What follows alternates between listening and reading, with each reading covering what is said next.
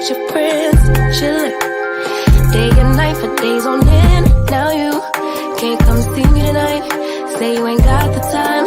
I'm the last one you prioritize.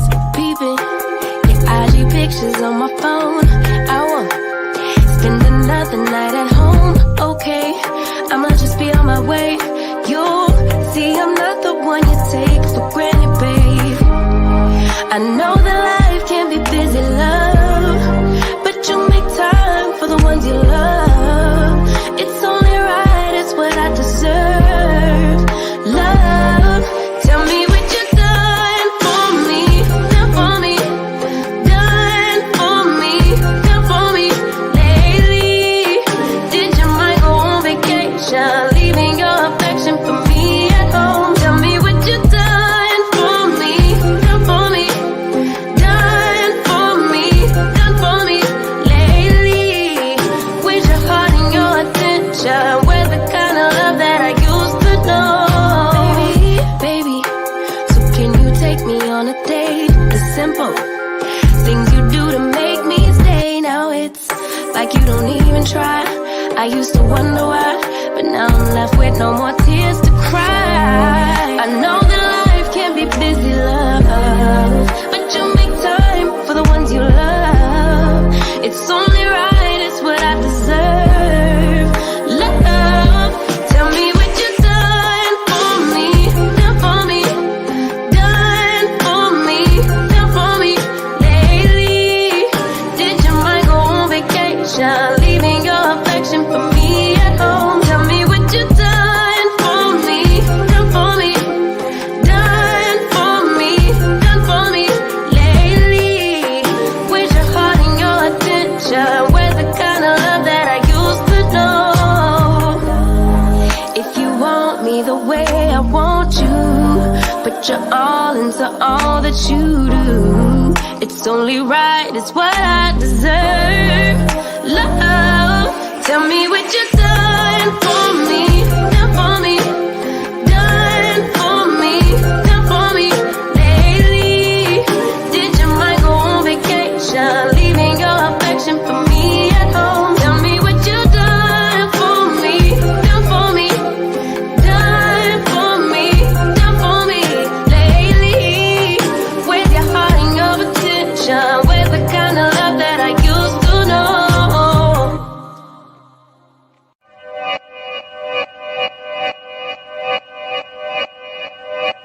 Yeah. Talking to my mirror like I love you so much. Curving on my critics like I heard you, so what? You can't kill my confidence, I think I'm the man. Tally all the I ever gave on my head. Lately I've been living like I can't take a loss. They ain't wanna help me, that's what made me a boss. You can't kill my confidence, I think I'm the man. We don't give a that's what they don't understand. I'm back again like flu season. I broke records while loose leafing. I'm coming down my roof, leaving. Don't give a I don't care. Did the for my lonesome. No wonder now I'm on one. No shortcuts on that long run. All I really want is my share. Get on my God, on my totem is nothing. In the discussion, go them feelings I throw on my pain on percussion.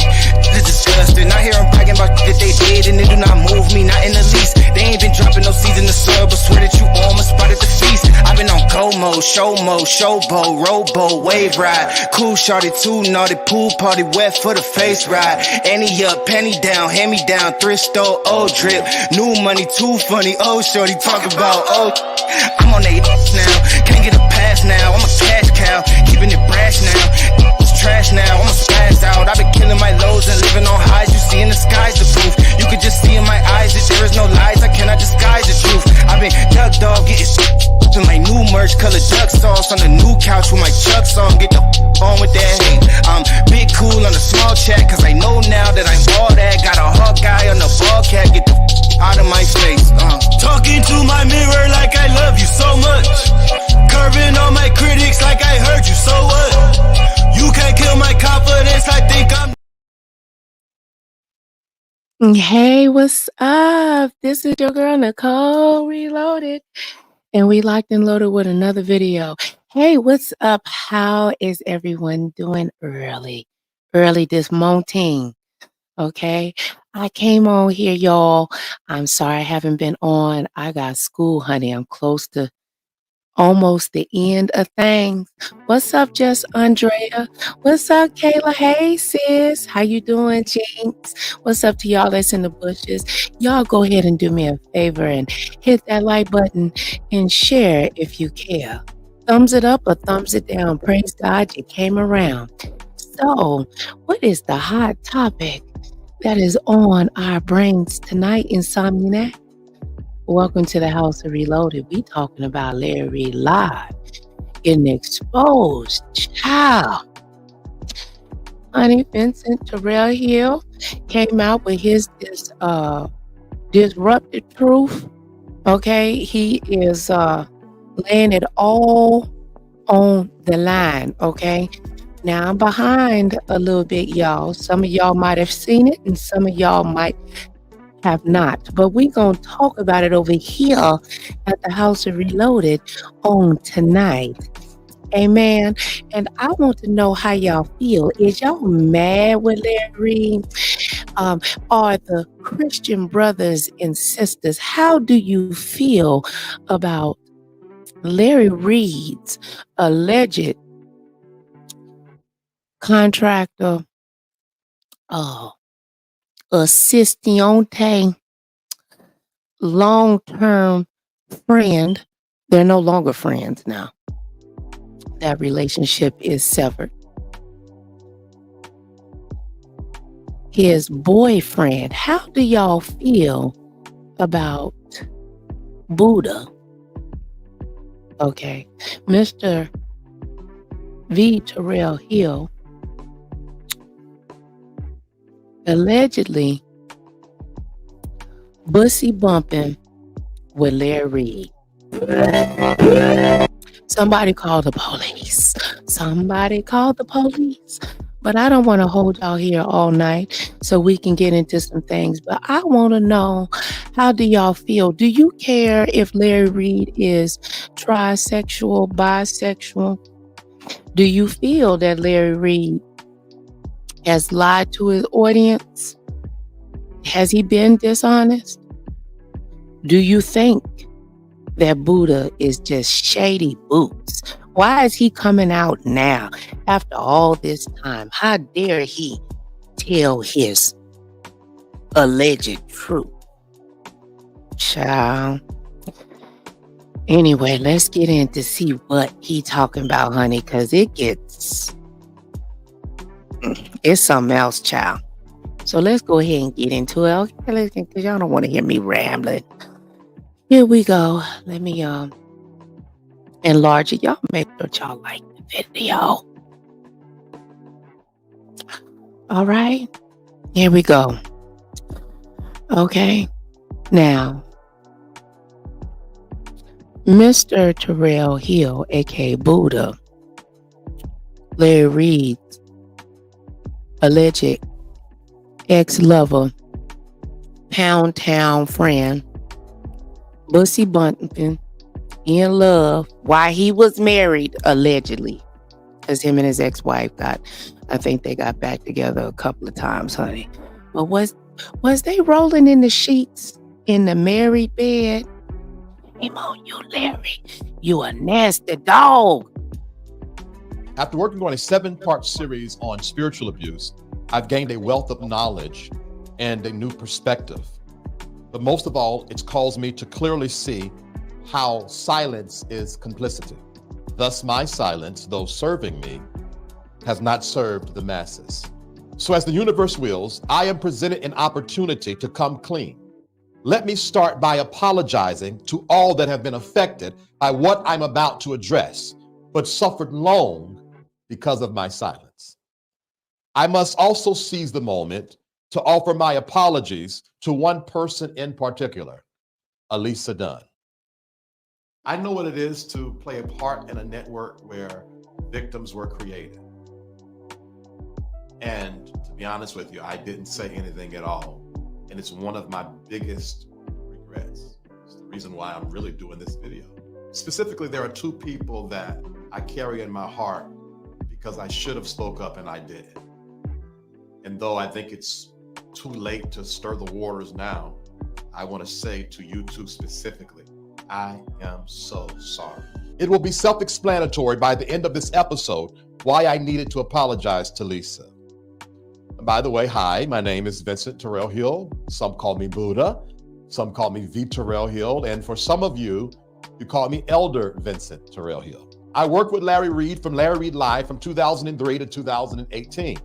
At that time, I was everything from a personal assistant, executive assistant.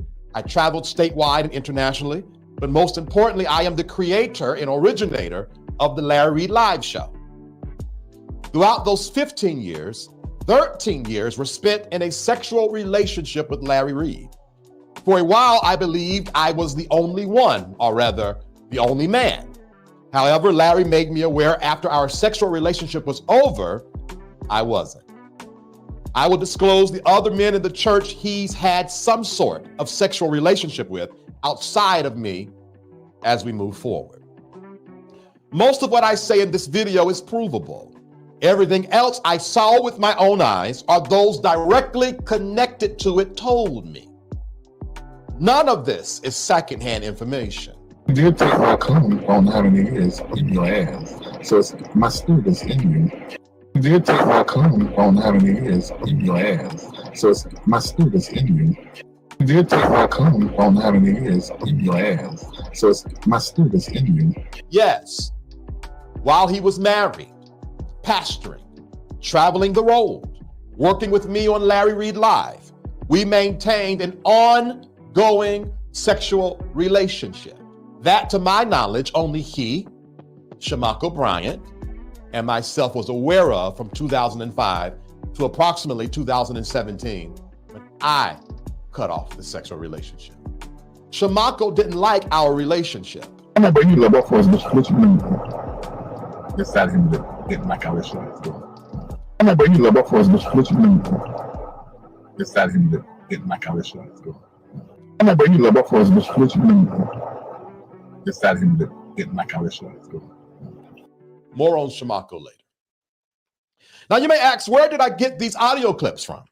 Late night on January the 15th, 2023, Larry drove to my house to have a conversation with me months after him and I stopped communicating because he halted payment on an arrangement agreed upon for years of work I did during my 13 years of service with Larry, the Breakthrough Church, Breakthrough Temple, and all of the iterations thereof, including Larry Reid Live. If you remember January the 15th, 2023, you may also remember Levantre Andrews. He was being interviewed by Tasha K, premiering in parts on YouTube, but in full on her website that same night. That night, he texted me out of nowhere wanting to talk and saying he will pay me my money that he owes me.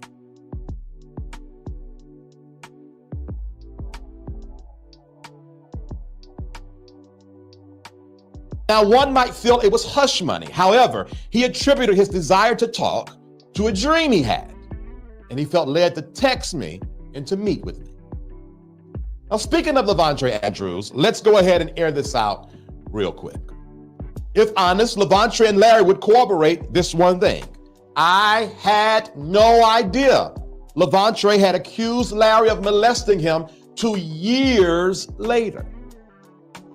To this day, I haven't received a clear answer from Larry or anyone in Larry's camp why no one told me when I was literally the guy that handled all of the, or most of the fires rather, in the church. When Larry finally told me what happened around 2017 or something like that, 16 or 17, approximately 16 or 17, it was a very super generic story that I believed Levantre was lying because I remember Levantre being a lying teenager in the church. So I just chucked it off and went on about my business. After leaving the Larry Reid Live community in 2018, someone prompted me, you need to go speak to Levantre. He feels like you helped Larry cover up his story. And I said, huh?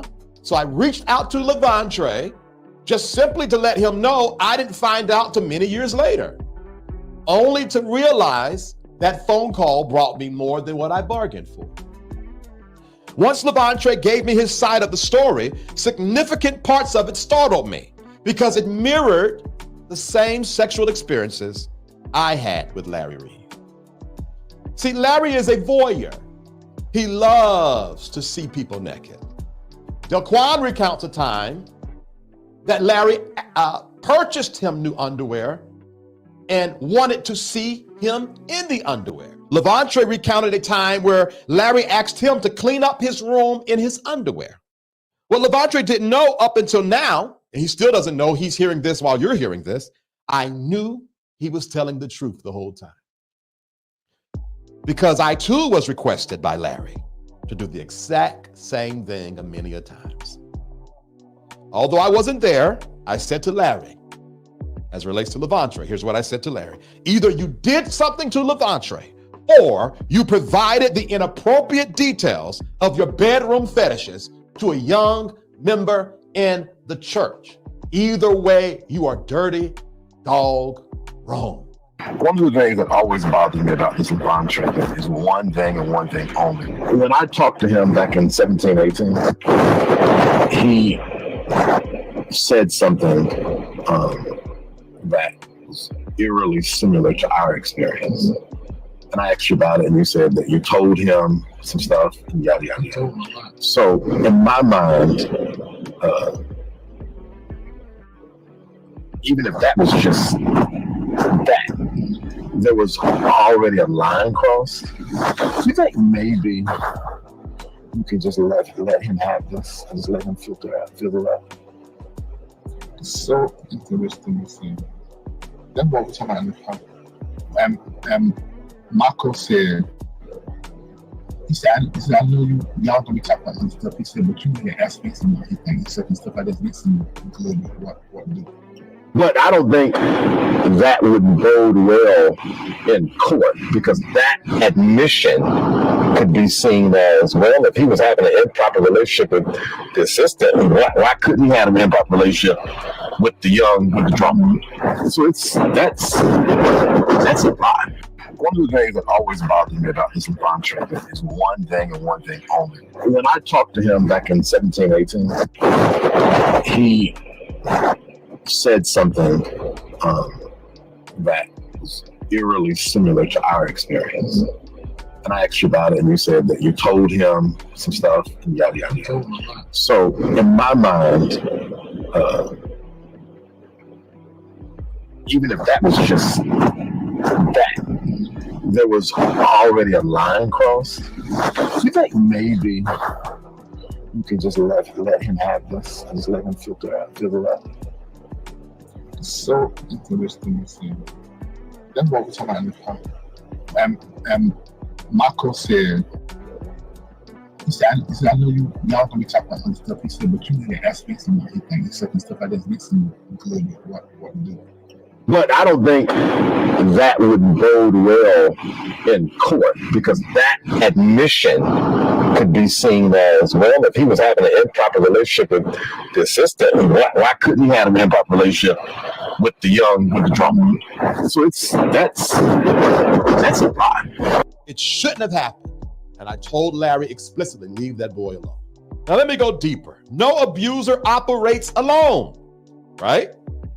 He or she always has a network of people to help them be who and how they are, which is a monster. No abuser operates alone. There is always a network of people aiding and hiding their secrets and abetting in their schemes and dirty work. If you know you are or were a part of such a network, get out while you can. Shamako Bryant, though he appears nice, is not innocent. In my opinion, you know what's worse than someone who stabs you in the back? That same person who hides the knife and helps you clean the wound. Shamako and Larry were boyfriends before I even got in the picture in two. Shamako and Larry were boyfriends before I even got in the picture in two. Shamako and Larry were boyfriends before I even got in the picture in 2003. And in my opinion, still maintain some sort of romantic understanding or committed relationship. For those who were around in the church days, Mako moved out, and right after he moved out to his own apartment, I moved in to Larry's house. Marco did not like the fact that I was there because he knew Larry would eventually not keep his hands to himself, and he couldn't do anything about it. So guess who had to pay for it because he could not control Larry? I did. Shamako found out about Larry and I when I told him in 2005 during a ride back from Raleigh to Fayetteville, and here is how it happened. Prior to that, Mako and I, wanting to see each other naked, met at the then church musician's house, Antoine Shepard, while he was out of town.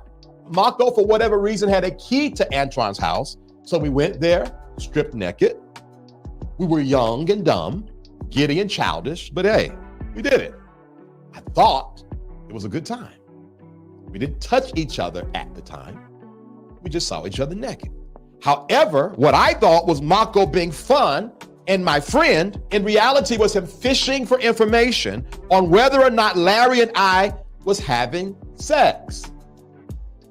He was willing to do anything to find out. And of course, I told him, because at the time I didn't know any better. Mako, as late as 2021, is still the same way, sneaky and sexually deviant. Yes, we flirted. I'm not a superstar in this. He fondled me all the time, playing around, touching me in areas he shouldn't touch me. We've exchanged nudes. The Thursday before the Reformation experience in 2021, Mako masturbated in front of me on FaceTime whilst I watched. He asked me of my thoughts of a foursome between Larry, Kendall, Locklear, and myself. He said it was a fantasy of his. Well, I guess that's a fivesome or quadruplet or whatever, it's five. He even admitted by being caught by Nathan Locklear's now incarcerated son, Day Day, at a gay meetup spot off of Cheshire Bridge Road. Is Mako sweeter acting, portraying way more innocent in comparison to Larry Reid? Yes. But is he worse than Larry Reid, if you ask me? Absolutely. Now, I need to stop to say sorry to Latrice and Lisa. While at this time you both were being dogged by your ex-husbands for what y'all did or were doing, they did it first and literally continued to do it right up under your noses. And he was going in like, only thing we got in common is X, Y, Z, and this, right, this. And I'm like, what is you talking about? That's not a good look. And the way you try to say, I'm the queen of the family, that was degrading. It was disrespectful. The reality is that their timeline makes no sense to me. When they say the relationship started and the issues with Mako and Latrice's relationship is very strange. Because in my opinion, before we moved from North Carolina, this may not be true, but in my mind, they were already in a relationship under Mako's nose. So in my mind, I feel like they're not truthful, but they could be telling their truth. But from the outside looking in, it looks like you're grown enough to look back and see when this relationship started. Now, what you're telling us sounds good, but the reality is there was a connection, something drawn between y'all before then, because she was spending a lot of time over there. And even from a professional standpoint, Felicia brought a broken relationship with her daughters to our church to be fixed. And Latrice was supposed to be one of the keys. That's why her and Felicia was connected. But when I began to notice something else going on, I told Latrice and Shamako in North Carolina a long time ago, I said, keep them at your house. I said, because there's something with lesbian, there's a connection there. And I even put Felicia under that same, for lack of a better word, spirit, because that's how I was communicating then. It was you and another woman like Larry. That should have never been. But it was, and that's okay. So when they tell this story like it's squeaky clean, I don't know who y'all want to believe that. I don't believe it. Let's talk about Kendall. Kendall is the same, complicit and just as sexual promiscuous, allegedly. I've seen, Kendall, I've seen you with my own eyes nude. You sent a nude to Mako. Mako showed it to me. It was a side profile of you with your back arched and you're on all fours on your bed looking at the camera. I saw it. You know you took it. You didn't send it to me. How did Mako get it? Right. According to Mako, Kendall was caught sending his nudes all over Miami. When caught, Larry wouldn't fire him, according to what Mako told me, because Kendall knew too much. It was a liability to keep him and a liability to fire him. I told you this network is dirty, dark, and deviant. Nathan Locklear, I want to apologize for what I'm going to say next, but your business has been broadcasted to Marco, Kendall, and myself by, I guess at the time it was Apostle Reid, maybe it was Larry. He shared how you were the best dick sucker he's ever had or experienced. He also went as far as to share your nudes with us. They were still shots of a video. I guess you were in front of Larry naked on FaceTime where, well, Larry was recording and sent us the still shots. Now, those of you that are viewers, you may not recognize this, what I'm going to show you, but Nathan knows his body, and I'm sure Crystal does too. Prophet Philip McFeeters, pastor of Life Changers World Worship Center, located in Louisville, Kentucky. According to Larry, Philip and him are also sexually active and emotionally entangled. Are you seeing this pattern? Why do I have a video of Prophet McFeeters drunk, stripping naked, while entering a hotel room in Miami? Take a wild guess how I would get that video. Here. Go ahead, how many do you get in the bed?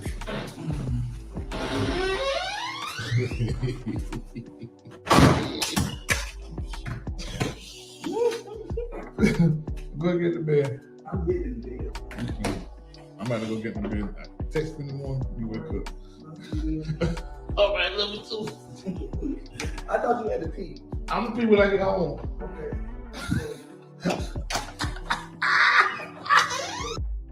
Here. Go ahead, how many do you get in the bed?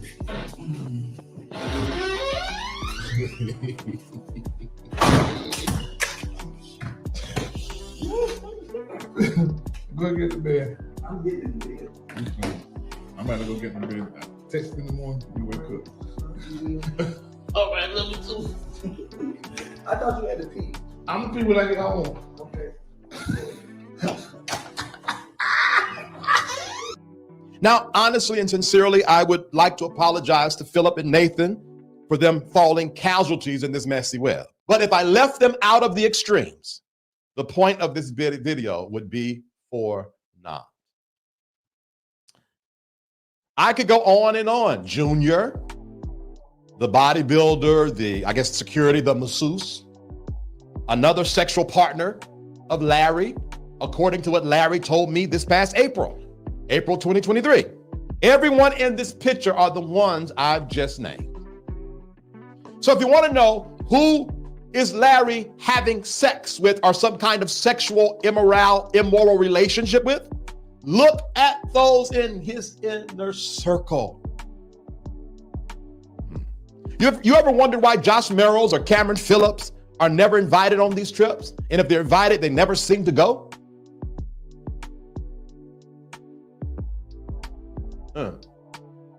Same for back in the church days. It was the men right up under him. Not every man, but those who was close to him, Larry had inappropriate dealings with. I will name the full list later in the video, but Lisa, you remember when you stole the phone? You were texting the wrong men. Lisa, if you would have texted me what you text those other men, I would have responded. Lisa, you were right the whole time. Every time you were being gaslit for trying to break into his computer because you knew he was doing something wrong. It was Mako, it was Kendall. I was there, I saw it. He was doing it with me. He called you crazy. He talked about you. To this day, I've heard you make demeaning jokes about the time you lost your mind because you just knew he was cheating and you were never wrong. And I watched complicit as he made you look like a fool. And again, I say to you, I am so sorry. I am so sorry.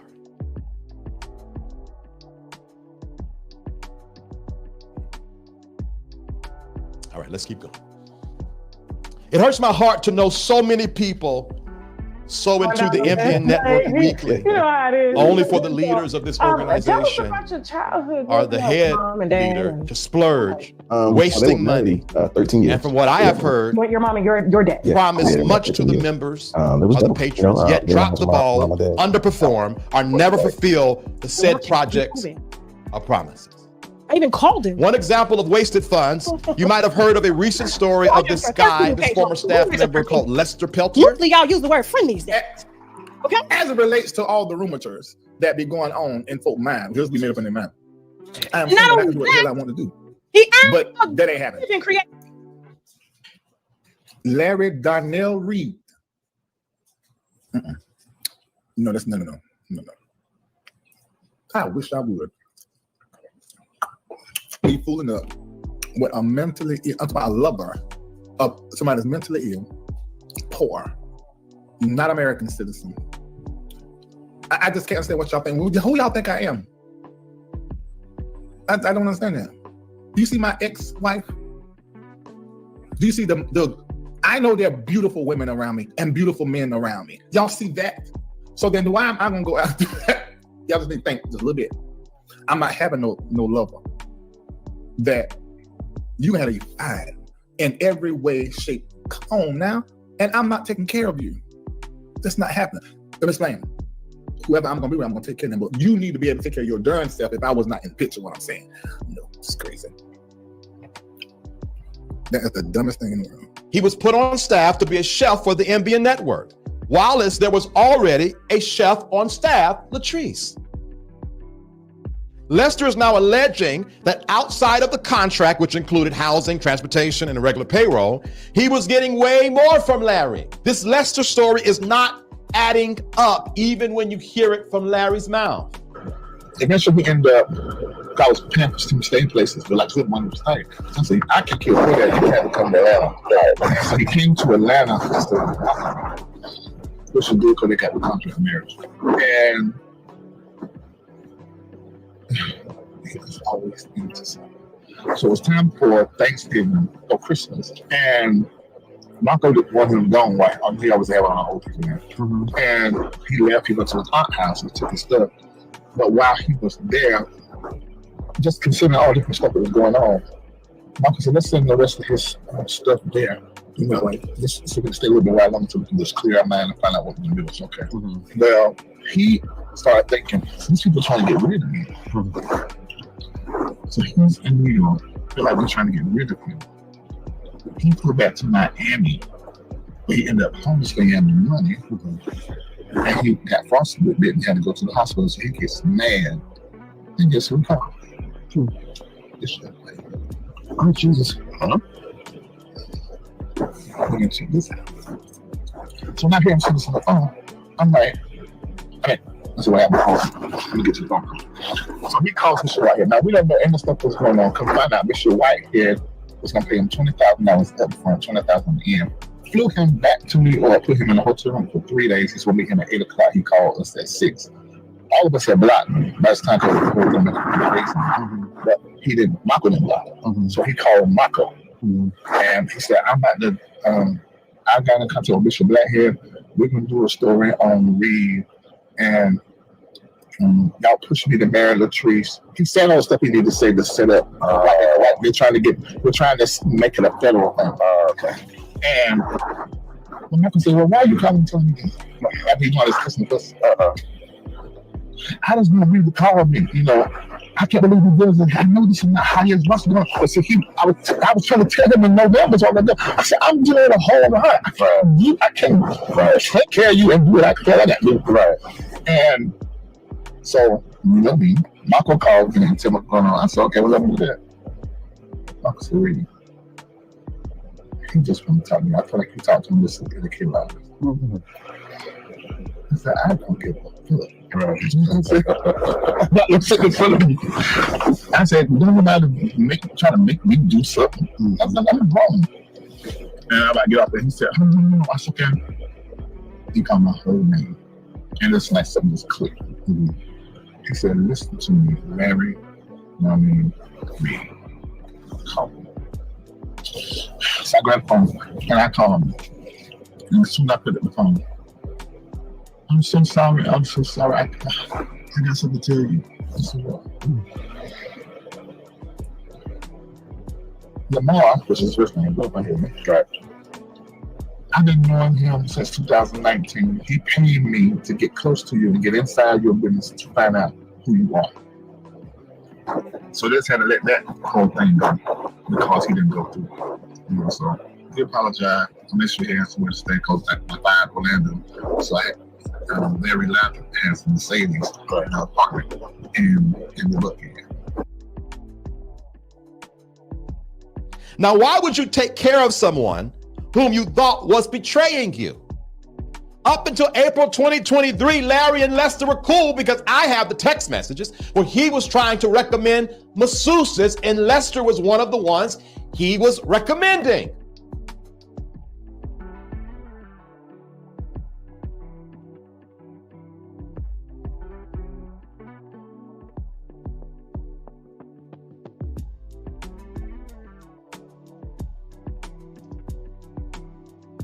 He was staying in the apartment financed by your seed sowing.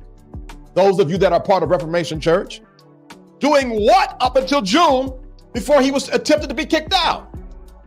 If you listen to Lester's story, there was no bad blood up until June of last year. The recording is in January of last year. So for 6 months, he was receiving money, something, if anything, lodging on you all's dime. And if patterns don't lie, Larry, your sexual involvement makes sense why you would have your cousin Latrice marry him. Because according to Mako, he never wanted to marry Latrice. But guess who pushed it and darn near made him do it? You did. You've used Latrice twice to lock your boyfriends in. That's not nice. I asked Latrice, will she be interested in a contract of marriage? She was like, okay, she met him, she liked him anyway. She's okay, fine. Of course, she was never trying to have sex and nothing, right? They had a friendship. Him and Josh getting on the. I asked Latrice, will she be interested in a contract of marriage? She was like, okay, she met him, she liked him anyway. She's okay, fine. Of course, she was never trying to have sex and nothing, right? They had a friendship. Him and Josh getting on the. I asked Latrice, will she be interested in a contract of marriage? She was like, okay, she met him, she liked him anyway. She's okay, fine. Of course, she was never trying to have sex and nothing, right? They had a friendship. Him and Josh getting on the.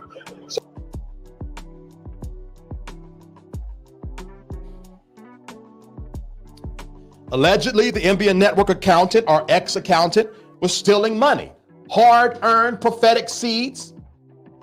Patrons sold at the word of their prophet, Larry Reid.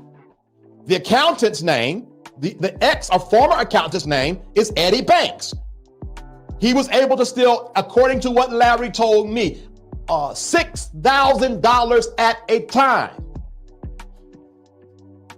Now, Eddie, I'm not accusing you of doing it. You got to go ask Larry why he would call and tell me that.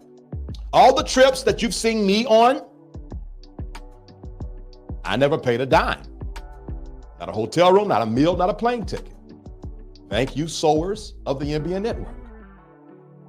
Every car they drive, the jewelry, clothes, and the houses of not just Larry, but partially the entire leadership is off of the back of the NBN church members, the patrons, the LRL platform supporters. And let me tell you, there's not one household. No one's paying mortgage. Your seeds are being poured into rent. 2 houses in Atlanta, 1 house in Charlotte, 1 house at one time, 2 houses in Miami, 1 house in LA. It was around about, I don't know the exact number, but I guarantee you it was near $60,000 a month at one time that your seed sowing was paying into rent for one man and his team. No one generates a real penny. No one is a true entrepreneur. No one is making a significant amount of money or living outside of the NBN network. It is all off of you. It's not even the YouTube views. They're not that high for him to be around so long. It's all off of you in the Reformation Church and in Patreon. We were watching a video the producer and I was watching the video yesterday, and one woman sold into Larry, and she said, Larry, I sent you all I got, and my heart almost broke. Because they said, Larry, I sent you all I got, and my heart almost broke. Because they said, Larry, I sent you all I got, and my heart almost broke. Because these people believe in you, and you are literally raising dark, deviant hell behind the scenes. I know there are some that's going to keep on supporting you, but I'm just trying to help somebody not make a mockery or fool out of themselves any longer.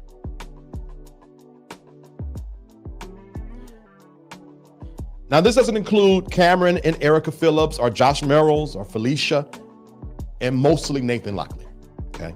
These people are fairly smart and could leave the NBN network right now and live a healthy, profitable lifestyle. Everyone else needs your tithe in your offering, or they wouldn't be able to sustain the life you're trying to sow to get. I have heard more than enough stories of people going broke, being unhoused, and utterly depressed because Larry teaches a type of gospel that subtly demands you give or sow at the powerless word of the prophet with no significant manifestation, which is then attributed to the era of the sower. And for what I understand, the response is, if you're not receiving blessings from your seed, there must be financial sin in your life. Well, can you guess what the solution is to the financial sin?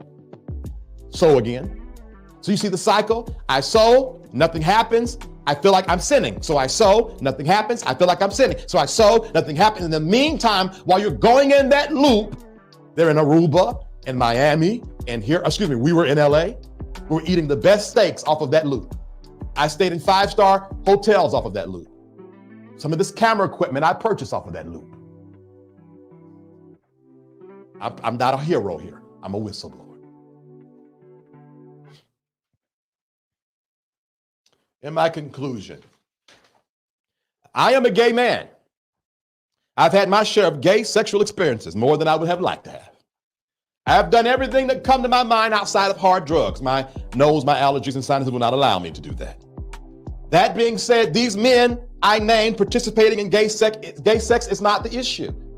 Outside of Levante, these are grown men. The issue is the lies, deceit, and hypocrisy as they talk about others while doing the same thing themselves. It's Larry dragging Lisa all these years on her mothering and leaving him for a woman when he never even fathered his kids. Kendall, Larry, Latrice, and Mako, and myself did. And you didn't have to leave her for a man. You kept the men in your house the whole time. It was Larry treating Latrice like she was a dirty dog and dragging Deja McBride's name in the mud because Latrice was dating Deja, a younger member in the church, while having at least, the very least, an improper communication with Levante Andrews. Also, at the same time, having sexual dealings with Shamako Bryant, Kendall Peacock, Nathan Locklear, Diamario Hines, and myself, Vincent Terrell Hill. Now, I want to say sorry, Diamario Hines. I wasn't going to put your name in this because as far as I know, you don't deal with Larry anymore or that crew. However, your name was publicly put out by Delquan, and I happened to hear the interview this morning. So I might as well confirm what Delquan was saying. Larry told me himself that one day you came over the house, you laid on the floor, poked your booty out, and Larry dry humped you. And y'all did some other things, maybe some petting or something like that. That's what Larry told me. If it's a lie, go to Larry. If it's the truth, I don't know what to tell you. The point is, this man is a dark, deviant, evil narcissist. In all of these cases, you all's names are dragged in it because he never cared about any of us in the first place. He is sick. These people that have accused him might be liars. They might not pay their bills. They might have issues. They might not be of character. But for the interviews that I saw or heard, None of those people have characterized Larry Reid wrongly. Just because, Larry, you can assassinate characters don't mean that your character is clean. Just because somebody don't pay their bills or they owe somebody money don't mean they're lying on you. Everybody is not lying on you. It's the fact that you act as if you've only tried peeing. You would do it if you wanted to do it. These kind of soft launches so you can come back to your audience and say, oh, well, I told y'all, but no. Tell the truth. You kept a 13-year sexual relationship with me. You enjoyed it. You wanted it. And when I didn't want to give it to you, you demanded it. You like men more than you like women. Stop playing with these people. It's the fact that you have done stories on Brian Karn, E. Dewey Smith, Matthew Stevenson, Jamal Bryant, James Hall. I got to eat that one too. Some of these people we did stories together on. Darrell Walls and countless others, while you are way more sinister and dark and deviant and ugly on the inside than they will ever be.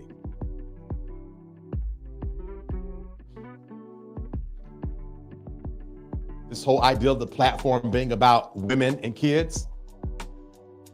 How is that when the woman in your life you've mistreated ever since I've known you and her? And those kids you deal with when you want to deal with them. You all have been lied to. Oh, how can I forget TD Jakes? For peace sakes. Manasseh Jordan, if you are truly trying to wave a banner of integrity or truth, discard your partnership with Larry Reid immediately, or everyone that watches this, mark him as a false prophet, shearing the sheep for gain.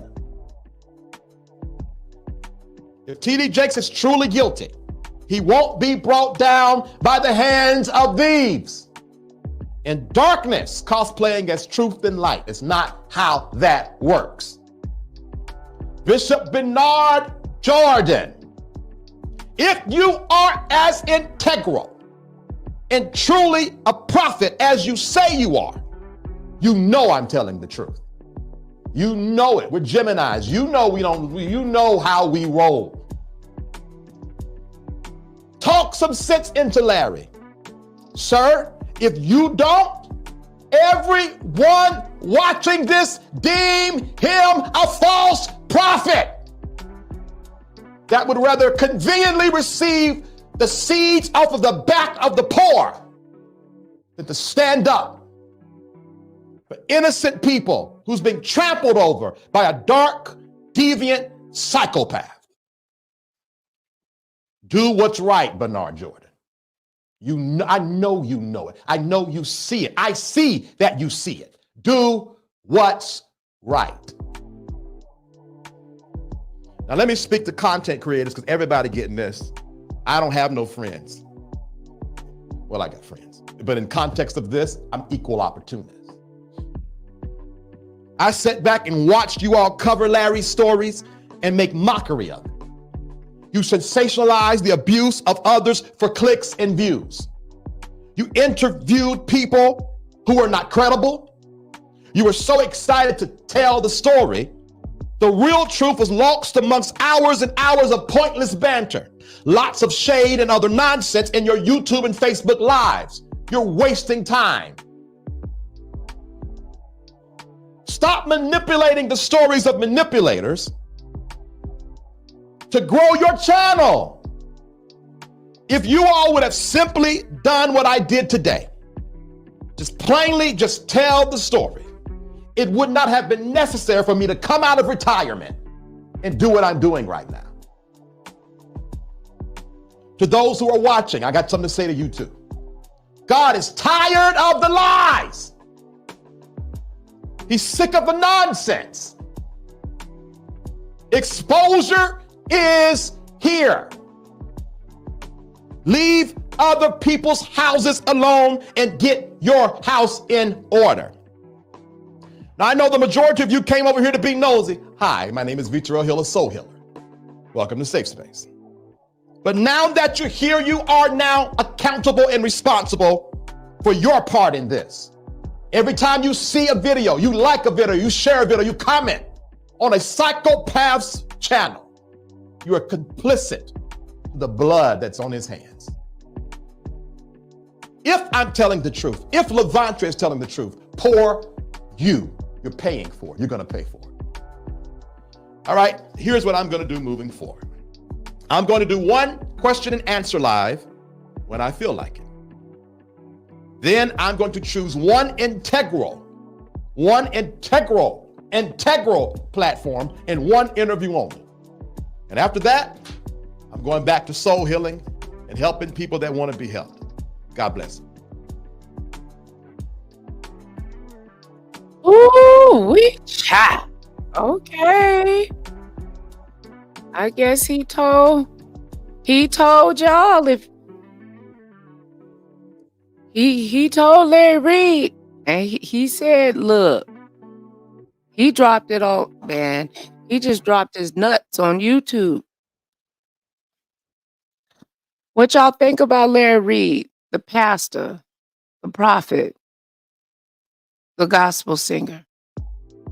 Do you care if Larry Reid is gay? Some might say, why is Vincent Terrell Hill coming out now? Is it because of money? Well, he stated on his Q&A that Larry Reid paid him the money that he owed him. So he states that it's not about money.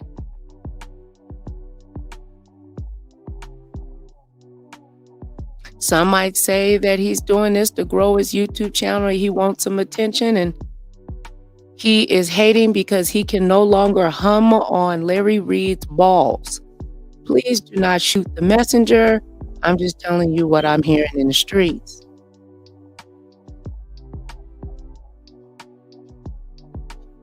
Do you think this makes Larry Reid a fraud?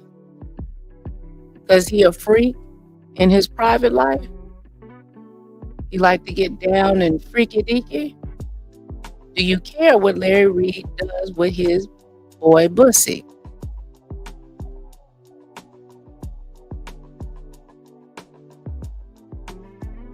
So we're going to get into a little bit of what Tasha K was talking about,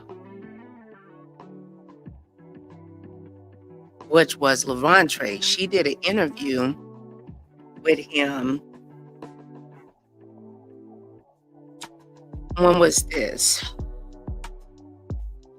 It was January 16th of 2023. Exclusive. Famous pastor accused of paying teenage boys to come in his Larry Reid and more. Let's get into a little bit of this and see what she was talking about, shall we? Make sure that you like, share, and subscribe. He earns a good living creating gossip content about churches on social media. He gossips about everybody's church but his own. How is it that you out here exposing every church? Every church but your own? What in the hell do they do that at, as they say?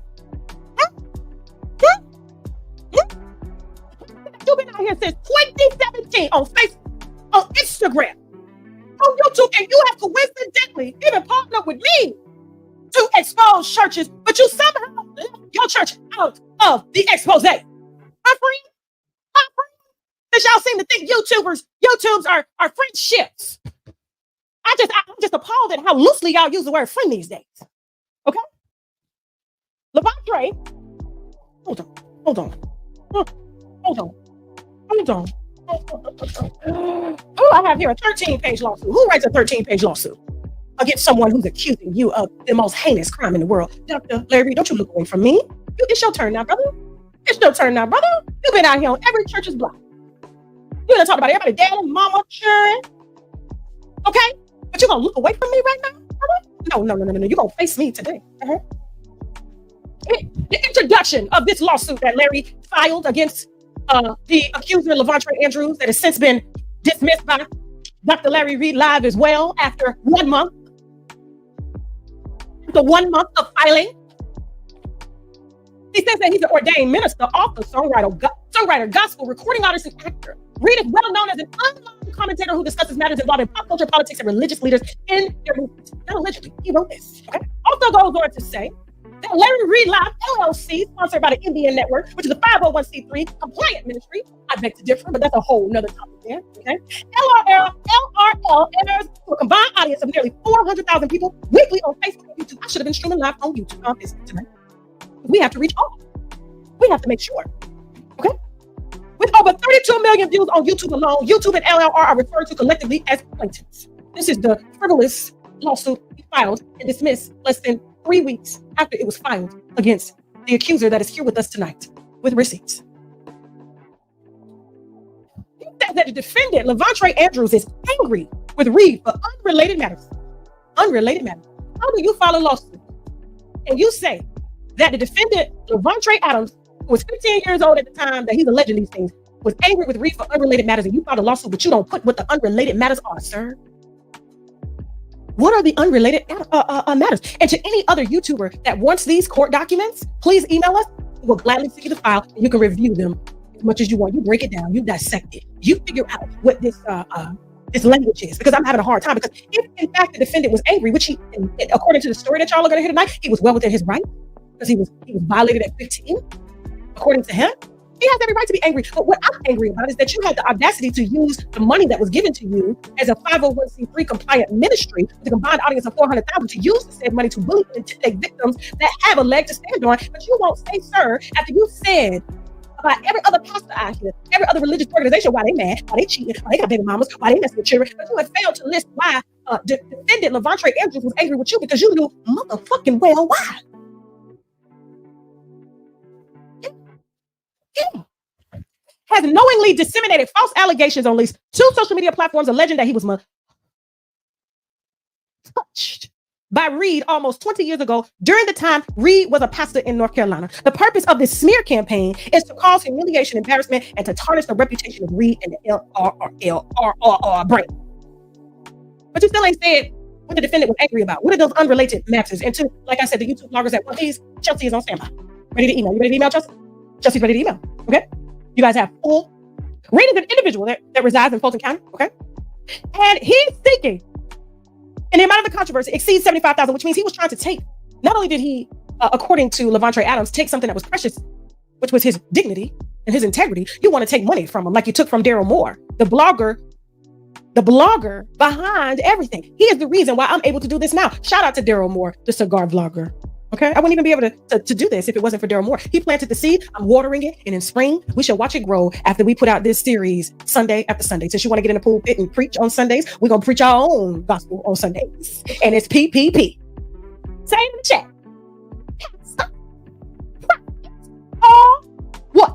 What is? I don't see enough likes on this video before Levontre Andrews come on, because it takes courage for a heterosexual black man to come on a platform as big as ours to air out things that grow ourselves. What is the why? What is the intent? This man ain't got no pictures of this man stalking him. He ain't filed no harassment paperwork on this man. He ain't get no trespassing paperwork on Daryl Moore. Where's the paperwork? When somebody is stalking you, like how the Kobe Bryant daughter was stalked, there's paperwork filed. There's trespassing orders filed. There was nothing filed, but y'all just take his word because he has said, not God, but he has said that he is spiritually ordained. And you just say, he just says what he wants, and y'all believe it. But you don't even ask yourself, what are these unrelated allegations? And why is this boy angry? And why would Daryl Moore, a grown man, a father, business owner, why would he want to stalk Larry Reid? And he has 4 victims that are alleging the most heinous crimes against humanity. Why would he want to stalk him? Do you feel Daryl Moore want a piece? Do you feel like he wants to tell the same story that these alleged victims are telling about low T cell counts and how many people mouth? You feel that's what Daryl Moore was looking for? Come on now, we're not gonna play no games tonight. Because you're trying to justify your donations to a demon. And you forgot, as a grown adult, to ask yourself, why? Don't bring that over here. Don't you bring that over here. Come on now. Don't you bring that over here tonight. We are gonna stop with that. That stops tonight. Why would a grown man who lives across state lines want to stalk him, and he got what? 3, 2, 4, who are alleging the most heinous crimes. And this man is out here preaching about every other church and their shortcomings. But forgot to put his own church on the screen. Don't play with me tonight. Don't play with me tonight. Because you're trying to justify your donations and your support. Because you are no different than him, turning away as he's doing in this picture. And he's using the very money that you donate to bully, to harass, to threaten these boys. Do not play with me tonight. I'm a friend, remember? How can I be biased? I'm his friend. Yeah. Tasha K was tearing in Larry Reid's bum. She interviewed this young man, well, grown man, rather, and things get deep. There's a lot of allegations that are thrown around about Larry Reid. Larry Reid been in the game for a very, long time. I mean, Larry Reid is a pastor, an author, a motivational speaker.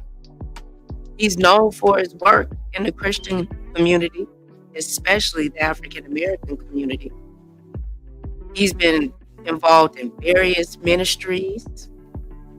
He has spoke at Christian conferences and different conferences and events, addressing spiritual growth, leadership, and personal development, becoming a better person.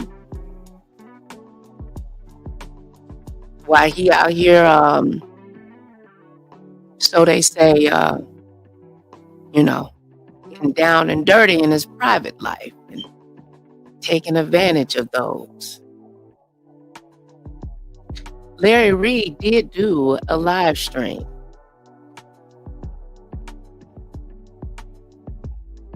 And he said, I'm paraphrasing, he removed the live stream from his channel. He was advised by the people that support him and love him that that live stream was unnecessary for him to address Vincent Terrell Hill. Larry Reid did not like the fact that other people were mentioned. He said if you were going to come for him, just come for him, but don't bring up family, friends, and co-workers and tie them into this exposure, this saga. He also stated that he was going to place the live stream on his Patreon on his $24.99 tier. It has also been removed from there as well. Larry Reid said that he was not going to sue, that he was going to take that money and do something positive with it. The cigar blogger definitely got his inbox blown up, okay? He was over there puffing on cigars and feeling vindicated after Terrell Hill live. Him and the Madhouse Cow Disease Church was over there feeling vindicated. Do you believe that Daryl Moore is vindicated due to Vincent Terrell Hill live stream? Has Daryl Moore been vindicated? What says you? Are you disturbed by Larry Reid, the allegations that's placed on this brother? Are you going to pray for him or are you going to walk away? Are you going to unsubscribe or are you going to continue to donate? Where do you stand with this? How does it make you feel? Or do you say, I got my own problems, Nicole Reloaded. I ain't got time for this. Okay? I learned the Bible for myself. I wasn't following the nigga any damn way. We got to stop looking for leaders, honey, and open up your Bible and find the Lord for yourself. Stop thinking like sheep. it puts you to sleep.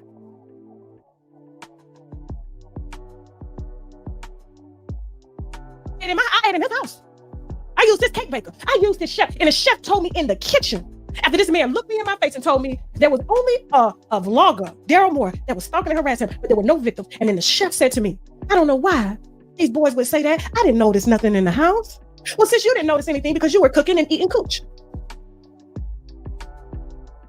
How could you, and your face is buried between the legs of other women in the house?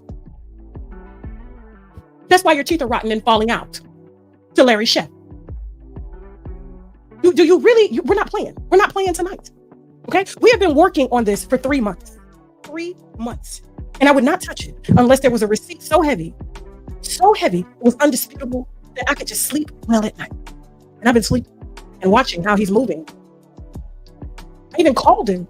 I even called Larry and gave him warning, like, hey, is there anything that exists between you and these victims? Have you apologized? He said, no. You probably took my words and chopped them on my platform. Absolutely not. Our viewers heard that call on TashaKLive.com. That's how heavy it is. That's how sticky it gets. Okay? That's how sticky it gets. I don't see enough likes for this. We are liberating children tonight. I don't see enough likes. Okay? Okay? I don't see enough likes. We got children out here with low T cell counts, according to them. And their dignity and manhood has been stripped because they've been manipulated to tests. Tests. Everything but an HIV test. And to every member that donate, listen, I get a confession. I'm just telling you, you ain't coming over here with that damn net. So you can continue to support, donate, do whatever it is you want to do. Whatever it is you want, you pay for that. You use your money for that. I'm not going to tell you what you use your God earned or money to tithe with. When you're on the prayer closet, first lady, okay? So, without further ado, I appreciate you. Crazy. Elementary school is, I think, we moved like twice maybe. And yeah, I got to play ball. You know, we got to play for rec league. Yeah. Yeah, life as a kid. What about high school? High school was a little different. And we probably can get more into that later if you want to. Like, I guess entering into high school, middle school. Okay. I got to get man this way. I got to be my own dad too because dad in here. You know? And so that's kind of what it turned into. So I'm just trying to figure myself out, but I never was that guy. I was never a gangster. I was really soft for it. For real, like if I keep it all the way 100, I was like, I just turned to say I was a pop tart. I had this hard shell, but like anything hurt my feelings. But you wouldn't know it because I'm like, you know, see, I turned to this like real dude inside, but outside you'd be like, if you even train, you'd be like, that's crazy, but I'm really soft. You know what I mean? That's what it turned into. I get it. But I guess too, because you were probably always like very tall or 6 feet 12. You know what I'm saying? So it probably kind of gave you the persona, you know, but it's like, I'm just a teddy bear. I'm just Ruben Studdard. I promise. Not Ruben Studdard. I was skinny back then. I was really skinny. It was just like, I've always been a lover, man. I'm never that guy. Yeah. Never. But I felt like I convinced myself that that's what I need to be. Yeah. And so it kind of created a space for a couple of years that I was trying to be something that I knew I wasn't. Okay. So, yeah. Okay, cool. Yeah, but never anything crazy. I never got any major trouble at all. Okay. Yeah. Okay, cool. So, all right. So high school is, I guess, somewhat just kind of normal church. How long into you attending the church? I would say it was less than a year that I think the grooming started. So when did you said it took about 9 months to a year for them to start grooming you? So did they start within 9 months to a year, or was it? When you think about it, did it start the moment you came into the church? I think it would. Just to be clear, we're talking about Reid. To be clear, correct. So when I say grooming, that's who I'm talking about. Okay. Right? I would have to say it started probably earlier than that, if I think about it really, because it would just be certain moments that would happen. And so, like when I was talking about this off camera, one of the first moments that I remember having this was very like short after when I first came to church. He had a preaching engagement in Mooresville, right outside of Charlotte. Okay. And we were walking through. He had to run to Walmart. So we walked to Walmart, and he was just talking to me, he was asking me certain questions, that kind of thing. And I remember him saying to me, he said, and I guess like I told you about memories, if a moment has an impact on me emotionally, I can recall it. Like everything about the moment. I remember the shirt on the rack behind him, like that kind of thing. You know what I'm saying? Yeah. And so we were walking through, and he said, I was asked a question. He asked me, and he said, Trey, if somebody wanted to manipulate you, they could. It would be easy to manipulate you, right? And I remember looking at him like what do you mean? Why you say that? He said, I can just tell. I can just tell, like somebody that's smarter than you, they can manipulate you. And it became random. Yeah, it was super random. And I said, my opinion is, in that moment, he was already like teeing up the move. Like, all right, so this could be something at some point, you know, possibly, right?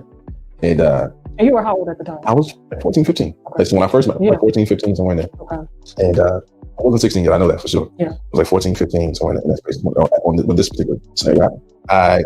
So I ended up getting into a sexual relationship with another lady in the church, another girl in the church. Who was that? Yeah. I was still. My daughter. If y'all in church, Listen. watch the musicians, man. That's all I'm saying.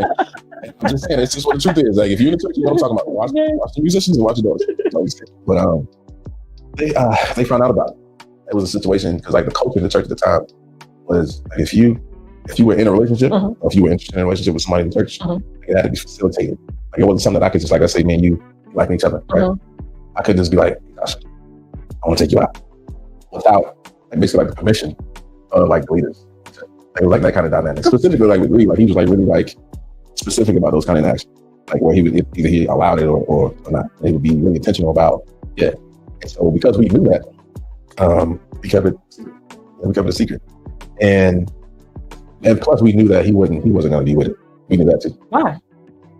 This sounds very cultish. Oh, for sure. I mean, like the Mormons, you know how the Mormons, the daughters and the wives and who they marry and who gets to talk to God or go to God. And that was like now that I'm removed from it, like that's what I would describe it as, for sure though. Like, just the way that the like operation of the whole thing was like, he was very in everybody's life, like very in their life. Like, that's just the only way to put it. Like the decisions that they made, to the extent of if they wanted to get another vehicle, like he would be a part of that facilitating, or how they dressed, like he would be a part of that. Women and men, you know, like saying like that. I was really involved in everybody's life. And one day I do a show, and I loved my hair. My husband loved my hair, and he called me after I did a show and was like, "Tasha, don't you ever wear your hair like that again." Really? Yeah, Larry Reid. I said, "What? What are you talking about?" And he was like, "Don't do that. I watched that show, and that hair, it just did something to me. Don't ever wear your hair like that again." I just had to call and tell you that. I said, in my mind, I'm like, nigga. Right, yeah. I'm wearing it now. You did? Yeah. Yes. Oh my God. God. I was just like, and I thought that was very, you just called me out the blue to tell me about a hairstyle. Tell me it spiritually just talked to you. And that's, I just had to tell you that. I got this spiritual revelation. Just don't ever wear your hair like that again. Boy. Only man that can tell me don't wear my hair like that again is Shekinah H. Kelly. Right. Because he paying for it. Exactly, yeah. Right. It was just weird to me because I was just like, what man does it? What people don't do, unless they're your girlfriend. Like, girl, I saw that hairstyle. I was like, no more. But like, he called me and it was like, he knows you're married, right? Yes. And he was always very inappropriate as far as like, you know, I remember one day he was getting a massage and I was like, what are you doing getting a massage? Oh, I travel with my masseuse. And I was like, oh, okay. He was like, but you can massage me if you want to. This nigga, man. I said, bye. I just hung up. That's crazy. And he knows that you're married. Yeah, of course. Yeah. That's crazy. So I think he did it just to kind of. He wanted to see. Had you played into it, I know this dude. Had you been like, well, maybe. Had you played into it a little bit, I promise you he was going to support more. He was going to at least try to think like, oh, well, because he was going to try to figure it out. Had you played into it just a little bit, I don't even know the dynamic of what your relationship was. But had you played into it just a little bit, I promise you he was going, let me see. Because like, my opinion is he's gay. That's my opinion. Yeah. I don't have a problem with that. If you like people being gay in general. Right. But my problem with him is when he plays both, you know, because I've watched you, everybody going to hell because they gay. As a pastor. I've seen you do it on the pulpit. But now you just advocate because it's convenient. We had a conversation and he told me, he was like, have I had a dick? I have. Has somebody sucked my dick? I have. Has somebody rolled my dick? I have. And so I just kind of was like, but you said you weren't gay when we talked. I'm not gay. I don't consider myself gay because I'm not with nobody. So that's just stuff that I did. But did I do it when I was molested? No. But I did those things on my own consensually. And I was just like, okay, whatever. It's not even my business, not my man. I don't care. Whatever. But then when I go on my platform and I say, this is a gay man, I know I'm not gay. So I took the video and I don't know if he was on edibles. He loved edibles, man. Oh yeah? Oh yeah. That's hilarious. Oh yeah. And I don't know if he remembered, but he was like, have I sucked dick? I have. Has a dick sucked me? I have. Have I rolled dick? I have. He said he rolled? It was all in the video. And so he would describe being sexual with a man like you can do that and not be gay. That was just a thing. Like, he's like, I can sleep with a man, I can let a man suck my dick and I'm not gay. It's like, no, you're gay as hell. And he was telling me that? Yeah. At what age? This was just doing the whole being around him. Yeah, being around him. Like he was saying it from not just me. Yeah. Like, he just saying it in conversation. It was just what his opinion was. Like, I can sleep with men or I do sexual things with men and I'm not gay. You know, that always stuck out to me. I'm like, yo, that's gay. Like if you want to see if you have a desire to be with a man sexually, that's gay. You know, so I can respect that, but it's not how I choose to live my life. You know, like I think it's just easier, you know, in terms of if I think someone having this conversation with someone, to me, it's kind of like, especially if it's another man, it's like planting the seed that it's okay to do this. You know, it doesn't make you gay.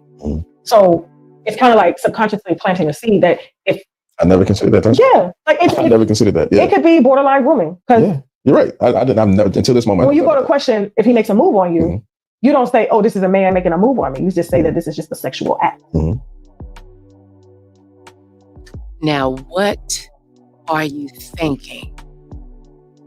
Tasha K is on it with them questions, honey. Now, I wanted to read some of these comments. Okay, now this is under Tasha K's exclusive interview with Levante, okay? She did this January 16th, 2023. It's called "The Famous Pastor Accused of Paying Teenage Boys to Come," blah, blah, blah. Larry Reid and more. So some of these comments, child, let's just read some of these. It says, "I believe him. Larry Reid always gave me church creeper vibes. The church loves covering this stuff up, and it's disgusting. I have no pity. I believe it." Someone else stated, "Larry was a messy bishop." Some say, "The very first time I saw him on YouTube, I knew he wasn't right. I just can't understand how people can't see through him. It's so obvious." What is so obvious?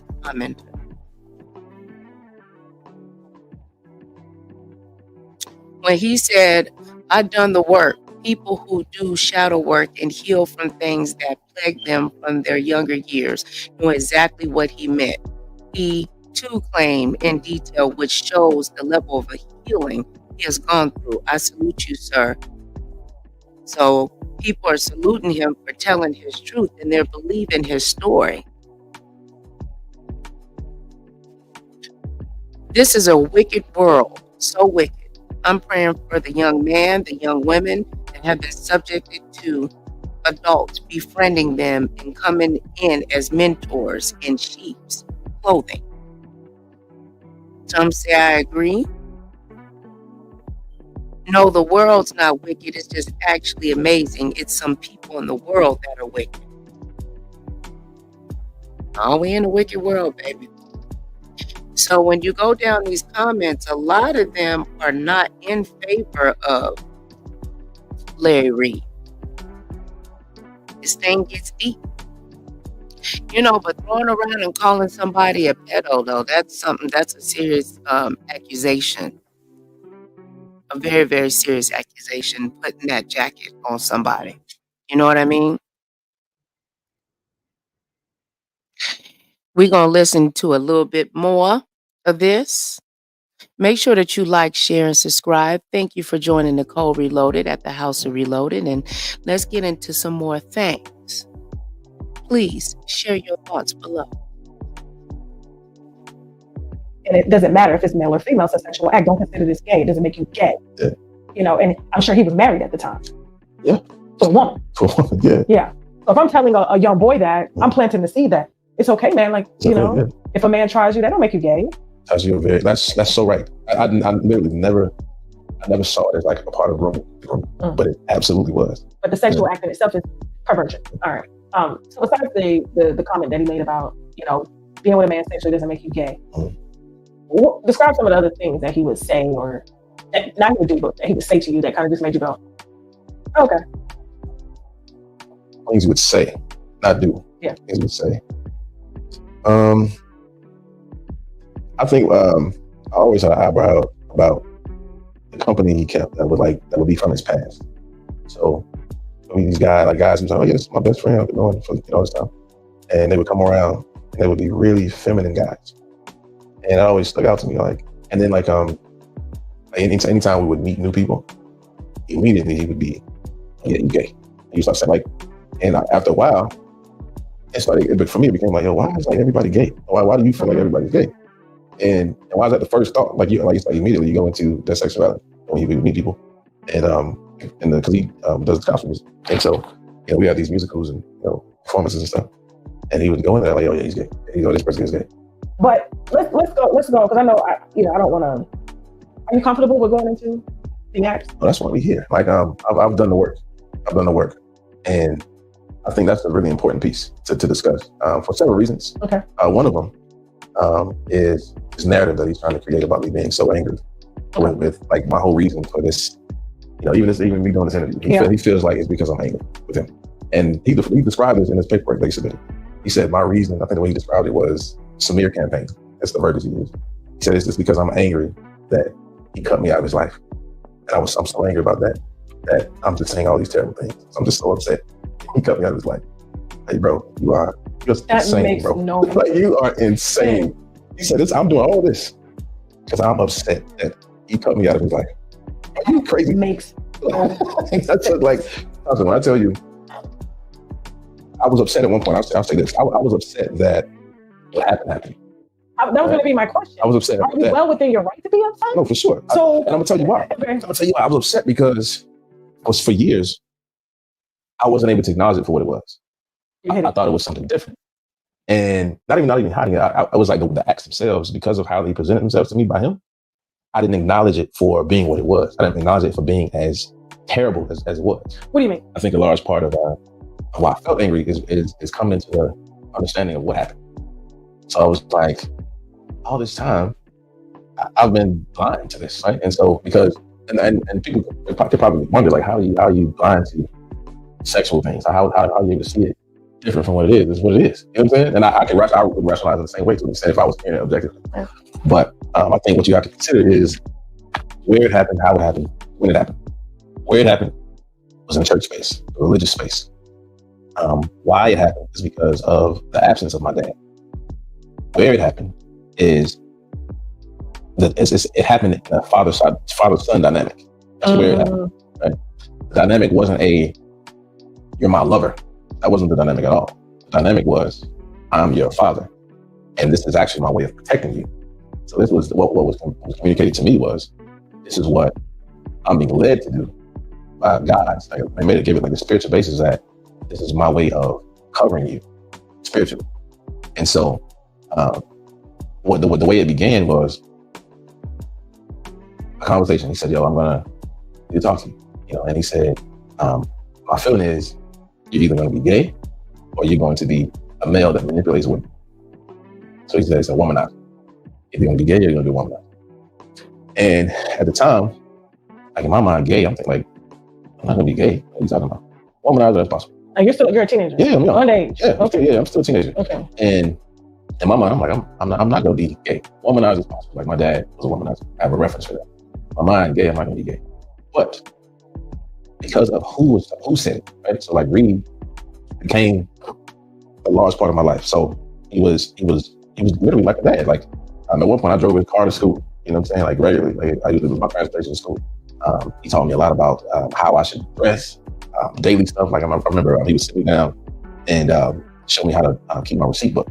Like, when I'm keeping a receipt book for your bank and just those kind of things. Talking to me about spiritual things. And it kind of created this, like I said, father-son dynamic. Like there were times where you have to preach, and he would want me to drive him. It would just be me and him. He had a preaching occasion, and I would drive him to the engagement, like I was at, holding bags, and kind of thing in church work. So it became that. It was a very father-son dynamic in my mind, right? And the vulnerability of that is what made those moments confusing, because, like I said, all of it came from a spiritual basis. He was like, yo, this is what I feel like I need to do to protect you, because he was like, it's gonna happen anyway. Say either you're gonna be gay or you're gonna be a womanizer. So this is my way of sheltering that and kind of like helping you along to make sure you end in the right spot. I remember him telling me that he wanted to do these tests on me. And he said, I wanted to do these tests, because he was saying like, he said he has to test. Actually, because he asked me, he said that I think I was gay. He asked me if I thought I was gay. And I said, no, I was gay. And he was like, are you sure? I said, yeah, pretty sure. And he got probing. Right? And like the way that he was probing was like, should I be considering if I'm gay? I'm thinking that to myself, like the way the way the questions was going. Yeah. Like, should I be thinking? Like, I was considering that more? Like, what you getting at? And so he was like, well, I have some tests I can do that would help you. I'm just sitting up here thinking, how us as African Americans, how growing up in the church, Baptist, Pentecostal, Church in God in Christ, how close we get to pastors and first ladies, how we look up to them and hold them in a very high esteem.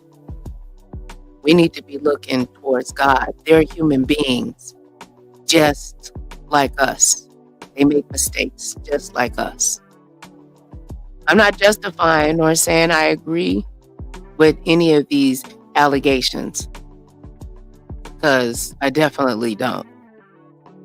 The power in the pulpit is very serious.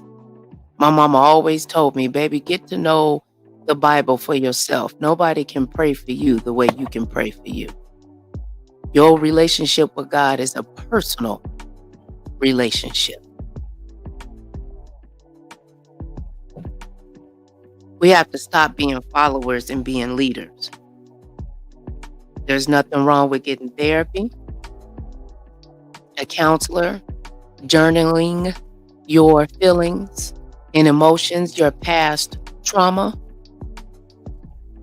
unconsciously, families, parents are transferring past trauma that has not been dealt with, so therefore it's not the past, it's your present, and then it goes into your children.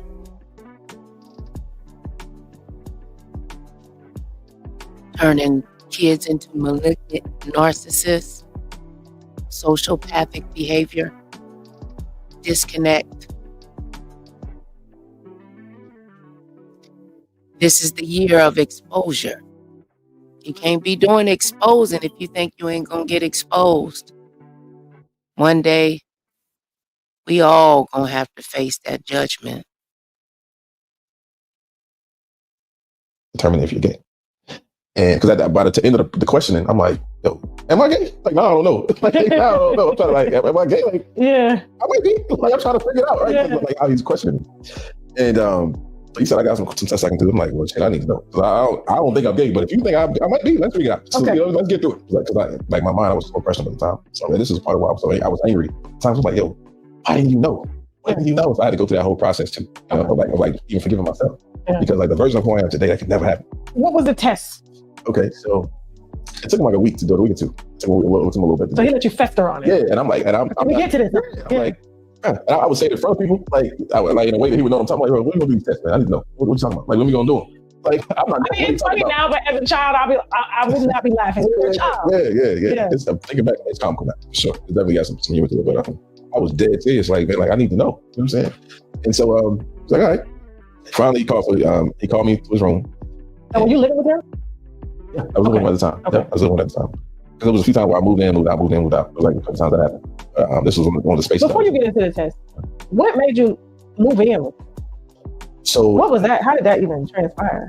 So initially, I moved in with him because the young lady that I ended up having the sexual relationship with, we were in the same house, and so they wanted me to move with him. So me and her went in the same house together. So they found out about you guys. Yeah. But why weren't you staying with your mom? So my mom at the time, she lived not far, but it was like a situation like when she came to the church, she was really intent about me having positive male role models. Okay. At the time, she was really intentful about making sure, like, okay. And they basically told her, like, we'll make sure he's good. And she was. So you ended up just staying over there, and then it just turned into. And I ended up living there. So let's talk about this test. These tests that he wanted to run on you to see if you were gay or going to be a womanizer. Yeah. So what would it describe the test? Okay, so he had me come in his room, and he had a blanket. He's wrapping a blanket. It was a zebra printed blanket, black and white zebra printed. Oh, zebra print. Okay. Yeah. And he ended up wrapping the blanket, which he actually years later ended up giving to me. He gave me the blanket years later because he said it was the blanket that he prayed in. And he was like, yeah. But he was wrapped up naked in it. He was wrapped up naked in the blanket. I just like when I was preparing for this, I remembered that I forgot. Yeah. I forgot when I was preparing for this. I said, yo, he gave me that blanket. This is the same blanket. Gave me the blanket. That's a whole other stuff. But so yeah, he told me to come in his room, and he had a white beater on. I remember like seeing a white beater. He had the blanket wrapped around, and he told me to take off all my clothes. And It's okay. I'm blindly listening because I just trust him this much. I trust him that much. I'm just like, whatever he's saying, like I'm just go with it.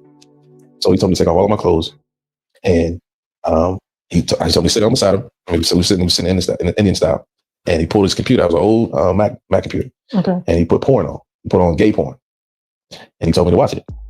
And immediately when I saw what it was, I remember like physically feeling sick. I almost threw up. And I looked down. I was like, yo, I can't even look at that. I remember laughing. Like he laughed. He was like, well, he's crazy. I was like, it was physically making me sick. I'm like, Now, Vincent Terrell Hill stated in his live stream that Larry Reid is a voyeur, that he discusses and talks about how he's a voyeur and that he enjoys watching people watching. I can't. He was sitting there butt naked. I was sitting there naked. Beside him, and y'all were on the floor. I was sitting on the floor. He had a black futon, and he was sitting right in front of the futon on the floor. And we both are like our back up against the futon. And he pulled out this computer and put this gay porn up. And what he was trying to do is to see if my body would respond to seeing two men together. That moment transition. Like I said, it went from me just doing the spinning thing where he would jack off to now he's physically touching me. And so he would touch you while he was jacking his dick? Yeah. Still on you? Yeah. Like your... Yeah, my butt. He was touching on my penis. And like, yeah. It transitions into that. Then it transitions more. The address on the police report, like the 3216 or less. I think a lot of people have kind of concluded that that's the only place it happened. It isn't. It's not the only place it happened at. He lived at a house, and what I'm about to describe now is where this happened at. It's called Grace Park. I don't know if it's the same name now. It's called Grace. It was at the time. It was Grace Park in Morrisville. And so when he told me to lay on the bed this time, I wasn't on the floor. Every other time I was on the floor. He wanted me to lay on the bed. So I'm laying across the bed, and he's doing this massage. Lights off. Right? He does massage, and in the middle of the massage, he starts sucking my dick. In the middle of the massage. And I said, I remember, like I jumped back, like, oh, what are you doing? Yeah. I jumped back, and he's like, oh, it's same. Ill? Wait, what did he just say? Minimize the moment. He starts sucking my dick. Oh Lord, wait a minute, Jesus. And disclaimer, that's some nasty stuff. Like, I hope you ain't pull that boy feet. Don't do that. Oh Lord. All this freaky deaky stuff. Oh. And you're a pastor. Jesus Christ. What does Bernard think about all of this? Ain't the man, you remember the man, what's his name? The Bishop Bernard? The one that used to come on BET with the prophet. You buy one prophet, you get two free. Y'all remember that? It used to come on early in the morning after the man with the handkerchiefs would be screaming and shit. And he had a handkerchief, and then Pastor Peter Popoff would come on, and you had to get the blessed water. You get the blessed water, and all the commercials would come on how you get healed. And then the other man come on screaming and wait. You know, your mom would drop the dishes in the sink because he screamed so loud, but she's still watching him anyway. I said, I remember, I jumped back, like, oh, like, what are you doing? Yeah. I jumped back, and I said, I remember, like, I jumped back, like, oh, like, what are you doing? Yeah. I jumped back, and oh, like, same scenario. He minimized the moment because for me, I'm like, this is a violation. Like, what? You know, did this? What you doing? And because of who he was to me, I was able to bring my mind to a point. I'm like, okay, this is Reid. It's okay. This is Reid. It's okay. Let's calm down. You know what I'm saying? And that was the first time that happened. He was supposed to be at church, and he gave me oral sex,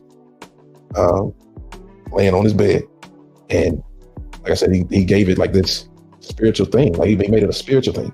He gave it a spiritual thing. Like, that's all right. Like he was tired. For some reason he didn't want to be at the church. And so what the interaction that he and I was having, it's like I'm doing the prophet a service because, you know, he didn't want to be at church for whatever reason. And me being with him that night, was helping him. A couple of years back, I had a bad reaction to some cheating. To like minimize it. So I'm like, yeah, like, okay, I'm doing him a favor. Like I'm able to like be of value to him. Like, I'm protecting him. It was that kind of thing. And yeah, so that was the first time it happened. And then from there, it was just anytime he was feeling away, that's what he was initiating. I did. Did you eventually climax to a nose? What happened? Yeah, I did. In his mouth. I think I did one time. His mouth. A couple of years back, I had a bad reaction to some cheap hair dye. The organ is completely. If you guys want to go and watch all of that, we did just enough. Now, if you want to go watch the rest of that, y'all have to go to Tasha K Live and subscribe over there. I believe it's $12.99 a month, and you'll get the rest of that exclusive with Andre talking about all those explicit things that allegedly Larry Reid did. I don't know where that court case stands right now, if it got thrown out or if they're still in court. I would have to look it up. I have the court documents downloaded in my computer, but I just didn't feel like going through them. I mean, a lot of that is just old, but it's been resurrected because Larry Reid, has been exposed by his, alleged prior lover of 13 years. They known each other for a total of 15 years, and they had an affair. And he also worked with him, and he stated this was during the time while his ex-wife, he was married at the time. But I was also told that Larry Reid and his wife had separated and got back together. So we don't know. Larry Reid did do a live stream, and he removed that live stream. He said, pretty much, hey, that's that man's perception. That's his story. He did not deny. He did not state that he was not gay. That the stuff that he said wasn't true. He kind of went in and stated that he apologized for basically being so nice to people and about allowing so many people in. And Larry Reid feels that he was too loving, too open, too compassionate, in a sense, to where it caused him to be vulnerable because he was vulnerable with others. And now that he's in the position that he is in now, financially, physically, spiritually, and mentally blessed, and the people that support him, they are blessed, and the Patreon is popping as he, does his thing. He is from the church sector. He has all the church tea. A lot of moving parts to this Larry Reid story. Who do you think is going to get the interview? Will it be William McRae? Anyway, I hope that you guys enjoyed this live stream. Thank you for spending time with me. Like I said, this is your girl, Nicole Reloaded. You're locked and loaded with another video. And I just want y'all to know, the allegations against Larry Reid, they include financial misconduct within the ministry. These allegations are calculated in various online forms, social media platforms, news outlets. But however, it's important to note that allegations are not equivalent to proven facts, and individuals are considered innocent until proven guilty. It's very crucial, the House of Reloaded, very crucial that we approach such allegations with critical thinking and to seek information from reputable sources. Additionally, individuals involved in any allegations have a right to due process and fair treatment. For the most accurate and updated information regarding any allegations against Larry Reid, it's advisable to consult reliable news sources and official statements from relevant parties. Remember, through God, all things are possible to those who believe, as long as you're willing to receive what God has for you. Be a blessing and not a curse. Money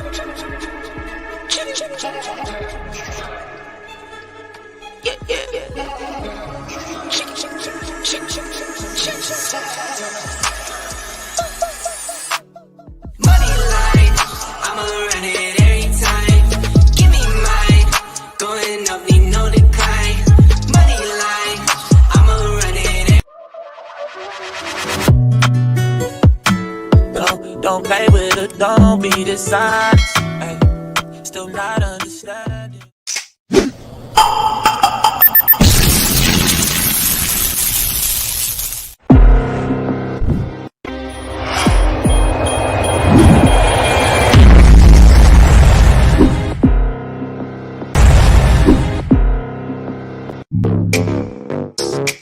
Woods, pretty face, but I'm known for hitting drugs. Got him like, too good. To the yard, he ain't never leave his pretty on God. Broke, too good. Real boss, nigga got the Woods, pretty face, but I'm known for hitting drugs. Got him like, too good. To the yard, he ain't never leave his pretty on God. Broke, too good. Real boss, nigga got the hood. Real boss, nigga got the hood. He ain't never leave his pretty on God. Nigga got the hood. And I waited for you, but you never showed. Girl, where you at? Ooh, where you at?